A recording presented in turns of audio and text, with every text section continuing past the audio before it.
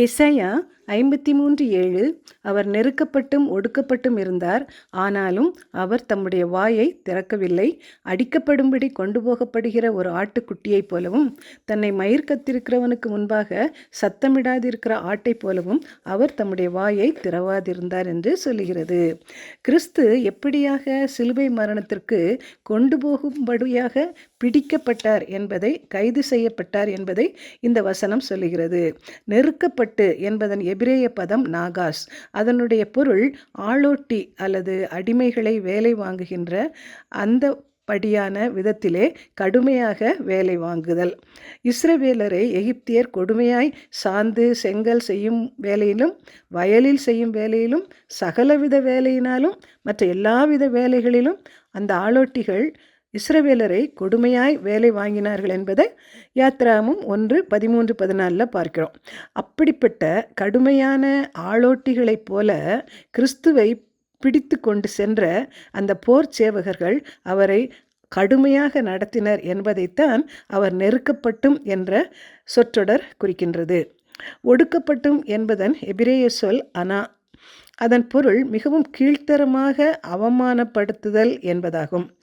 வேதபாரகர் பரிசேயர் கிறிஸ்துவை பலவிதமான கேள்விகளை கேட்டு அவரை அவமானப்படுத்தும்படியாக, அவரை சோதித்து பார்க்கும்படியாக ஒவ்வொரு முறையும் அவர்கள் கிறிஸ்துவை கேட்ட பொழுது கிறிஸ்து ஒவ்வொரு முறையும் திட்டவட்டமான பதிலை வேத வசனத்திலிருந்தே சொல்லி அவர்களை பிரமிக்க வைத்தார். எனவேதான் இந்த வேதபாரகர்கள், பரிசேயர்கள், ஆலோசனை சங்கத்தார் இரகசியமாக சதித்திட்டம் தீட்டி அவரை கைது செய்தனர். யோவான் 14வது அதிகாரம் 47 முதல் 53 வரை நாம் வாசித்து பார்க்கும் பொழுது, பிரதான ஆசாரியரும் பரிசேயரும் ஆலோசனை சங்கத்தாரும் கூடி கிறிஸ்து அநேக அற்புதங்களை செய்கின்றார், அவரை அப்படியே விட்டுவிட்டால் ஜனங்கள் எல்லோரும் கிறிஸ்துவை விசுவாசிப்பார்கள், அப்பொழுது ரோமர்கள் தங்களை வந்து குற்றப்படுத்துவார்கள் என்பதைத்தான் அங்கே அவர்கள் ஆலோசிக்கின்றார்கள். அப்பொழுது பிரதான ஆசாரியனாக இருந்த காய்பா தன்னையும் உணராமலேயே ஒரு தீர்க்க தரிசனம் சொல்லுகிறார். ஒரே மனுஷன் ஜனங்களுக்காக மரிப்பது நலம் என்று சொல்லுகிறதை பார்க்கின்றோம். எனவேதான் கிறிஸ்துவை விசாரிப்பதற்காக, அவமானப்படுத்துவதற்காக அவருக்கென்று ஒரு விசாரணை நடத்துகின்றனர். இந்த விசாரணையை கங்காரு தீர்ப்பாயம், கங்காரு கோர்ட் என்று சொல்லலாம். கங்காரு கோர்ட் அல்லது கங்காரு தீர்ப்பாயம் என்பது சட்டத்திற்கும் நீதி மற்றும் முறையான நடைமுறைகளை புறக்கணித்து தனிப்பட்ட குழுக்களினால் சட்ட விரோதமாக நடத்தப்படுகிற ஒரு போலி விசாரணை அல்லது போலி தீர்ப்பாயத்தை குறிக்கிறது. போலி சாட்சிகளை வைத்து போலி விசாரணை செய்து கிறிஸ்துவுக்கு மிக கேவலமான சிலுவை மரண தண்டனையை கொடுக்க வேண்டும் என்பதுதான் அந்த கங்காரு தீர்ப்பாயம் அல்லது போலியான விசாரணையினுடைய நோக்கம். ஏசாயா 53:7 அவர் நெருக்கப்பட்டும் ஒடுக்கப்பட்டும் இருந்தார், ஆனாலும் தம்முடைய வாயை அவர் திறக்கவில்லை. அடிக்கப்படும்படி கொண்டு போகப்படுகிற ஒரு ஆட்டுக்குட்டியைப் போலவும் தன்னை மயிர் கத்திருக்கிறவனுக்கு முன்பாக சத்தமிடாதிருக்கிற ஆட்டைப் போலவும் அவர் தம்முடைய வாயை திறவாதிருந்தார். எனவே இந்த அடுத்த பகுதியிலே ஆனாலும் அவர் தம்முடைய வாயை திறக்கவில்லை என்று சொல்லி நாம் பார்க்கின்றோம்.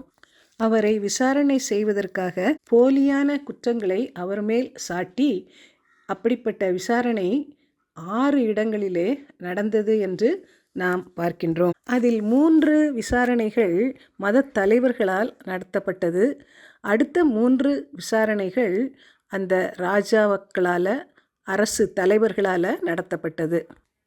முதல் விசாரணையாக கைது செய்த போர்ச்சேவகர்கள் அவரை அன்னா என்பவனிடத்திற்கு கொண்டு போனார்கள் என்று யோவான் 18:13 நாம் பார்க்கின்றோம். இரண்டாவது விசாரணையாக யோவான் 18:24 அன்னா என்பவன் பிரதான ஆசாரியனாகிய காய்பாவினிடத்திற்கு அவரை கட்டுண்டவராக அனுப்பினான் என்று பார்க்கின்றோம்.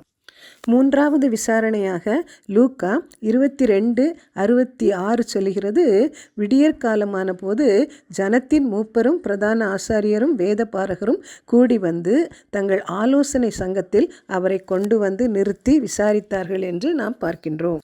இந்த முதல் 3 விசாரணைகளும் மத தலைவர்களால் நடத்தப்பட்டது. 4வது விசாரணையாக லூக்கா 23:1 நாம் வாசித்து பார்க்கும் பொழுது, அவர்கள் பிலாத்துவினிடத்திற்கு அவரை கூட்டிக் கொண்டு போய் பிலாத்து அவரை விசாரணை செய்கிறார் என்று லூக்கா 23:3 பார்க்கின்றோம். 5வது விசாரணையாக லூக்கா 23 பிலாத்து ஏரோதுவினிடத்திற்கு இயேசுவை அனுப்பினார் என்று லூக்கா 23:7 முதல் 11 வரை நாம் பார்க்கின்றோம். 6வது முறை விசாரணையாக லூக்கா 23:11 நாம் பார்க்கின்றோம். ஏரோது மீண்டுமாக பிலாத்துவினிடத்திலே இயேசு கிறிஸ்துவை அனுப்பினார் என்று சொல்லப்பட்டிருக்கிறதை பார்க்கின்றோம்.